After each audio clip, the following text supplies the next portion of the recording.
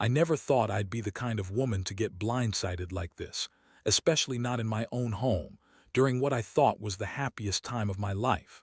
I was pregnant, 6 months along, heart full of dreams about our future, our baby, our little family. My husband, Mark, and I had spent years planning everything down to the smallest detail. I could almost feel the tiny kicks inside me, a fluttering promise of new beginnings. But all those dreams turned to ash the day I found out he'd been lying to me. It started subtly. At first, I noticed small things with Mark, his phone ringing at odd hours, quick excuses when I'd ask where he'd been. Usual stuff, I told myself. Maybe work was stressful, maybe he was just distracted. But then I found her. A blouse, crumpled and discarded in the laundry room, one I'd never seen before. It was silk, soft, with a scent that was faint but unmistakably feminine. I held it in my hand, feeling the fabric against my fingertips, cold and smooth. My stomach sank. That night I waited until he was asleep. With trembling fingers I pulled open his phone. I knew I shouldn't have, but the gnawing suspicion was eating at me. I slid the phone out from under his pillow and unlocked it with the code I'd seen him punch in 1,000 times. My heart was pounding so loud I thought Mark would wake up, but he slept soundly. I scrolled through messages, nothing suspicious at first, just work emails, memes, the usual. Then I saw it, a text thread with her. Her name was Lisa, and what I read made my blood run cold. They had been talking for months. Flirting, planning secret meetings. She was supposed to meet him last Thursday. I saw the location on the GPS.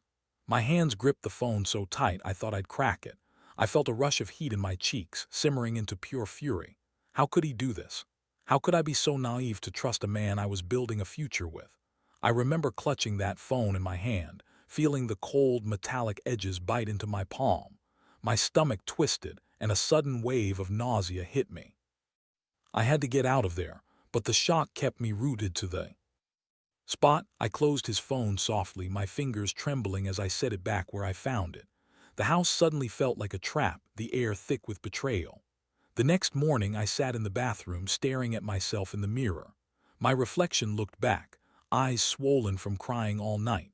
I was pregnant, my first child, and instead of joy, all I felt was a deep, searing betrayal. I had never felt so alone. I wanted to scream, wanted to break something, but I just clenched my fists until my nails dug into my palms. I didn't want to cry in front of him. No, I needed to keep my composure. I had to figure out my next move. That day I started piecing things together. The jewelry she'd worn, the lipstick stains I'd sniffed on his collar, the way he got nervous whenever I asked a simple question about his whereabouts. Every little thing began to click. He'd been hiding something, and I was finally seeing it all for what it was. It was disgustingly clear. Mark was cheating on me. Not just with anyone, but with my own brother's ex-girlfriend, Lisa. It was like being punched in the gut all over again. I felt the heat of betrayal boiling in my chest. How long had this been going on? How many times had I trusted him to love me, to be faithful? My mind raced with anger and hurt. But beneath that, a dark resolve started to form. I wasn't going to let this slide. Not just for me, but for my child, my little miracle growing inside me. I had to do something, and I had to do it smart. Later that night, as I sat alone with my thoughts, I stared at the door. Mark was asleep, unaware of the storm brewing inside me. I knew I had to plan carefully. No rash decisions, no screaming in the heat of the moment. I wanted to hurt him exactly how he'd hurt me, without crossing the line into destruction. My mind already spun a plan, one that would make him regret betraying us, especially me. I was done being the good wife who nodded and turned the other cheek. And that's when I decided he'd see the true cost of his betrayal. I didn't care what it took. I'd make him pay, and the game was just beginning. The next few days were a blur. Every waking moment I was turning over what I knew and what I could do. I kept pretending everything was normal, but inside I was simmering. I'd always been the calm type, quiet, composed, and that helped. I didn't want him to see how much I knew, how much I was hurting. If I was going to pull this off, I had to be meticulous. One night I caught him in the act again. I'd set a trap. I left my phone on the nightstand, knowing he'd check it at some point, and I made sure to leave a trail. I wanted him to think I was oblivious, unaware. I watched him, silent as he tapped out a message to Lisa, his fingers moving just a little too fast. I saw the way his jaw clenched, the way his eyes darted around as if looking for an escape. I decided to confront him. Calm, controlled, but with fire behind my eyes. When he finally turned to face me, I was already sitting on the edge of the bed, my arms crossed. "So, Mark," I said, voice even but cold, "how long has this been going on?" He froze, his face paled, and for a moment I saw pure panic in his eyes. He stuttered, trying to dodge, but I kept my gaze steady. "Look, I didn't mean for it to go this far," he said, voice shaky. "I was stupid, I was weak, I never wanted to hurt you."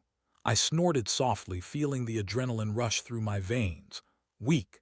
Is that what you call it? Cheating on your pregnant wife with my own brother's ex? That's pretty weak, Mark." He looked guilty, but I saw something else, something darker lurking behind his eyes. The guilt was real, but so was the selfishness. I knew men like him, they lie, cheat, and then lie some more to save their skin. "I want you out," I said, standing up slowly, my fists clenched. "Tonight, pack your things and leave my house, and don't come back, not ever."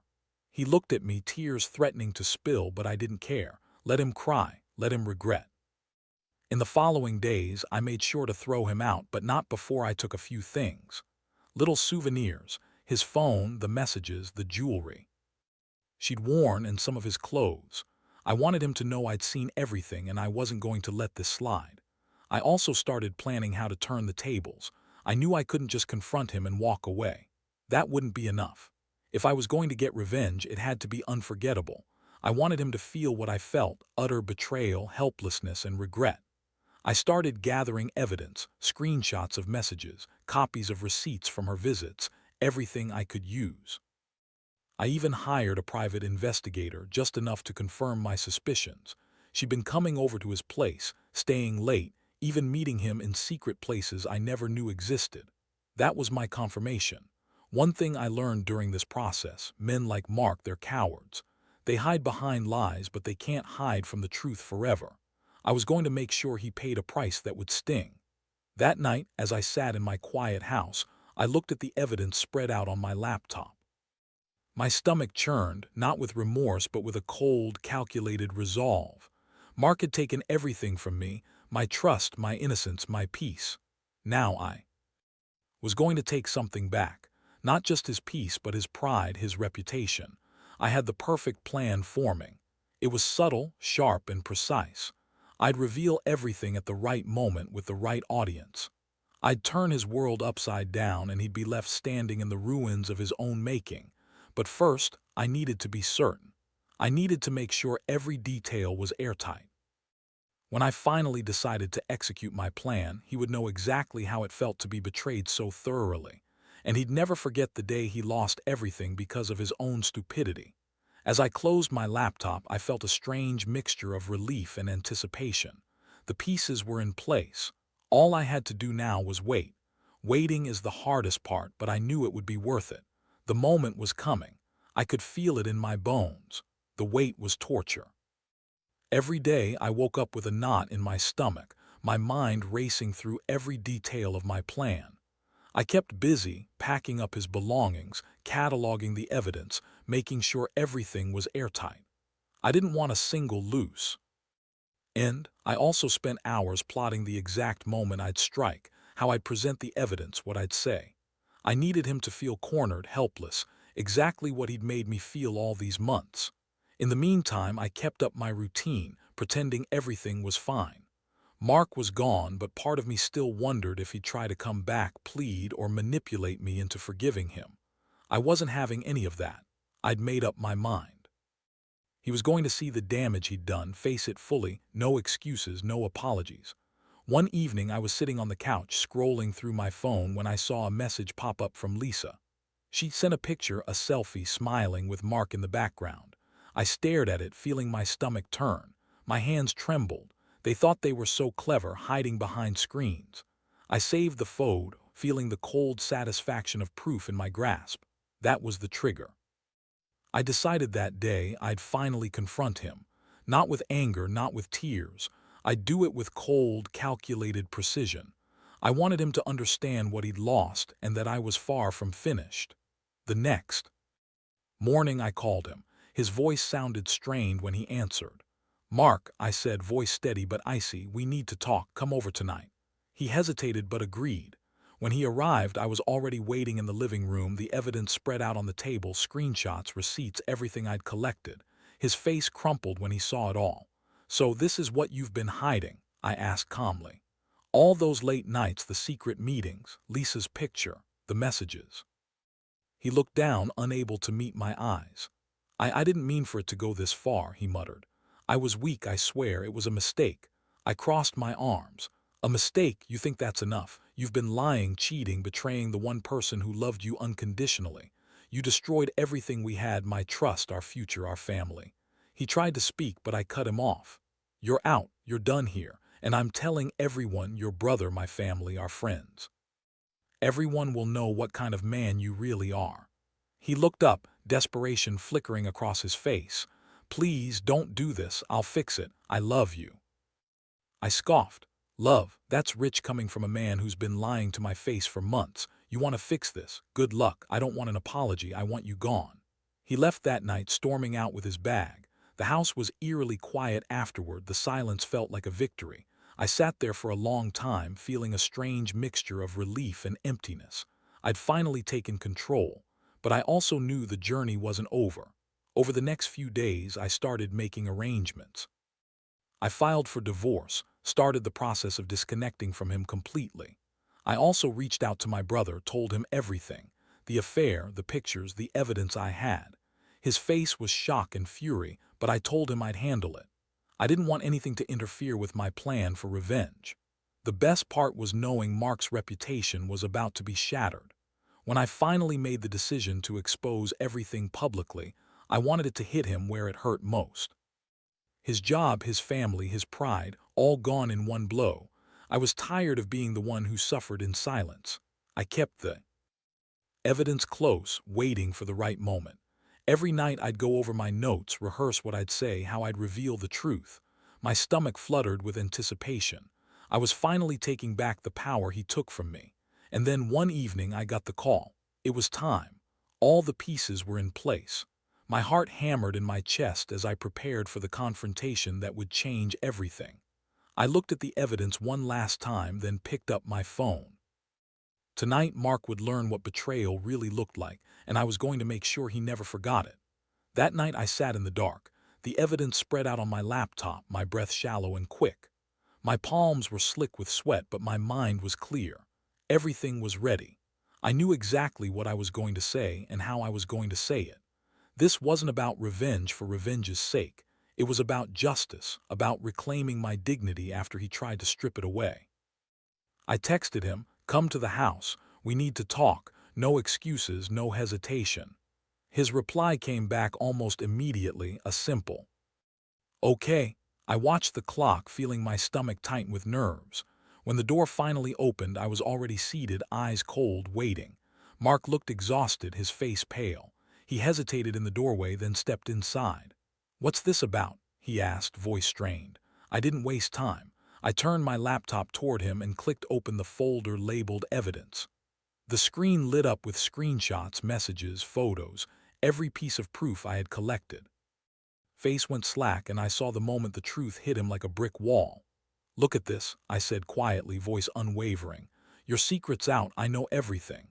He stared at the screen, eyes flickering with shock, guilt, and something darker I couldn't quite place. You had no right," he finally rasped. "It was just a mistake. Just a mistake." I cut him off sharply. "You were lying behind my back, sneaking off late at night, texting her. You cheated on me when I was pregnant. While I was planning our future, you were planning yours with her." His shoulders slumped, and he looked defeated, but his voice was still shaky. "I did mean for it to happen. I was weak. I wasn't thinking clearly. Please just—" "No," I interrupted, voice cold steel. "I've had enough of your lies. You betrayed me, and I want you gone. You're out of my life, out of my house, and I'm going to make sure everyone knows what kind of man you are." He looked at me, desperate. "Please, don't do this. I still love you." I laughed bitterly, feeling the rage burn in my chest. Love doesn't cheat on his wife. Love doesn't betray his family like this." I stood up, feeling a strange sense of calm mixed with fury. "Pack your things and leave. I want you gone tonight." He nodded slowly, defeated. "Fine," he muttered, "but I swear I'll make this up to you someday." That was the last time I saw him. As he gathered his things, I kept a close eye, making sure he didn't try to sneak anything back or manipulate the situation. When he finally left, my house was eerily silent. A weight lifted from my shoulders, but a storm was just beginning to brew outside. The next day I called. "My brother," my voice was steady, but I could hear the anger underneath. "I've got everything," I said. "His messages, her photos, I'm sending it to him now. He's going to see her for what she is, the woman who betrayed his sister." My brother was furious, and I told him I'd handle the fallout. It was time to finally expose everything. I knew Mark's reputation was fragile, and once it shattered, there'd be no going back. That's what I wanted, for him to see the destruction he brought on himself, and for me to finally stand tall again. That night I sat at my laptop, ready to send the evidence to everyone who needed to see it. I knew the damage would be swift and brutal. The shame, the humiliation, he would feel it all, and I'd be free. I took a deep breath, pausing just before hitting send. My hands trembled, but my voice was firm when I typed the final message. I was finally taking control of my story. No more hiding, no more silence. As I clicked send, I felt a strange sense of relief. Justice was finally in motion. Mark's world was about to unravel, and I'd be watching from the sidelines. He'd never see me coming, but I'd make sure he remembered this day when I finally fought back against betrayal. And I knew deep down this was only the beginning. The fallout was quicker than I expected. Within hours, texts and calls started pouring in. The whole town seemed to have caught wind of what Mark did, and it was brutal. Friends, family, even some of his colleagues, everyone had an opinion. I stayed quiet, watching as the repercussions unfolded like a set of dominoes. The most satisfying part was knowing Mark's reputation was crumbling under the weight of his own actions. My phone rang nonstop, but I only answered a few. The others I let go to voicemail. I wanted him to stew in his shame, to see the damage he'd caused himself. When I finally picked up the call from my brother, I could hear the anger and hurt. "Did you see what's happening?" he demanded. "I saw everything," I replied, voice steady. "He's paying for what he did, that's what matters." "You're right, everyone's talking. Lisa is getting calls from her friends, and Mark's work is starting to distance itself from him. I didn't think it would go this far." I took a breath, feeling a strange mixture of relief and exhaustion. That's what happens when you betray family and trust. He thought he could get away with it, but the truth always comes out. Over the next few days, I kept my distance, giving the chaos time to settle. I knew Mark was spiraling. His job, his friends, his reputation, everything was crumbling. I didn't need to be there for every second of it. I just needed to be ready for the final step. One day, I received a message from Lisa herself. It was a raw, trembling apology. She admitted everything, how she'd been weak, how she'd never meant to hurt me, how she'd made terrible mistakes. But I wasn't interested in her remorse. I knew the truth was more complicated, but I didn't care anymore. My focus was on my healing, on reclaiming my life. I'd taken the first step and broken free from the trap Mark set. I'd survived, and now I had a new plan, one that would leave him with nothing but regret. The final piece of my revenge was waiting to executed. I kept my cards close but was ready to play them. I wanted him to understand exactly how much he lost, not just through words, but through a decisive action that would leave a mark he'd never forget. That evening I went to my car, clutching a small box. Inside was the last thing I needed: his keys, the deed to the house, and a letter I'd written just for him. I took a deep breath, feeling the cool night air fill my lungs. I knocked on the door one last time, then handed him the box. His eyes widened when he saw what was inside. "This is everything," I said quietly. "Your keys, your house, your life here. I want you to leave and never come back. This is your final warning." He looked stunned, voice trembling. "You're serious?" "Dead serious," I replied. "You betrayed me, and this is the consequence. You can keep your stuff, but I'm done. Done with your lies, your betrayal, your excuses. I'm rebuilding my life now, and I don't need you in it." His shoulders slumped as he looked at the box, then back at me. "You're making a mistake," he said softly. "No," I said, voice steady. "You made your mistake long ago, now get out." He left without another word, shutting the door behind him. My hands trembled slightly as I watched him walk away. The house felt empty but strangely lighter. I'd finally taken back control. I picked up the keys, turned the lock, and handed over the house deed to the lawyer. My name was the only one on it now. It was a fresh start, a clean break. That night I sat on my porch, feeling the cool breeze brush against my skin. I looked up at the stars, realizing I survived the worst, and I was ready to move forward. The lesson: no matter how deep the betrayal, you can find a way out if you're willing to fight for it. Trust is fragile, but strength is inside you. Sometimes the only way to truly win is to walk away and rebuild from the ashes. Sitting there on my porch with the night sky stretching endlessly above, I felt more alive than I had in months. The chaos, the betrayal, the heartbreak, all of it seemed like a distant storm now. I'd done what I set out to do, and somehow in the process I found a part of myself I'd forgotten: strength. The kind of strength you find when everything is falling apart, and yet you refuse to break. Looking back, I realize how easy it would have been to fold under the pressure, to become the victim and let the pain consume me. But I didn't. Instead, I took control. I turned what could have been a devastating ending into a new beginning. That house, the keys I handed over, the documents I filed. The act was symbolic, but it was also real. I was shedding the weight of betrayal and stepping into a future I'd shaped myself. For anyone reading this, I want to say, trust is fragile and betrayal cuts deep. But remember, you don't have to stay trapped in that pain. When someone lies and cheats, they steal a piece of your happiness. But you have the power to take it back. To walk away, rebuild, and find peace again. It wasn't easy, and I won't pretend it was. But I learned that revenge isn't just about hurting the one who wronged you. It's about restoring your dignity and making the choice to survive. Sometimes that means cutting ties and walking away from everything you've known. Sometimes it means turning the page even when your heart is broken. That night, I finally allowed myself to breathe freely for the first time in months. The future still felt uncertain, but it was mine. I wasn't hiding anymore. I was standing tall, ready to embrace whatever came next. I'd made my stand, and I'd won. And so I say to anyone who's ever felt betrayed and broken, your strength lies in your ability to walk away and start anew. No one has the right to take that away from you. Trust yourself, protect your peace, and never forget, you have the power to rebuild.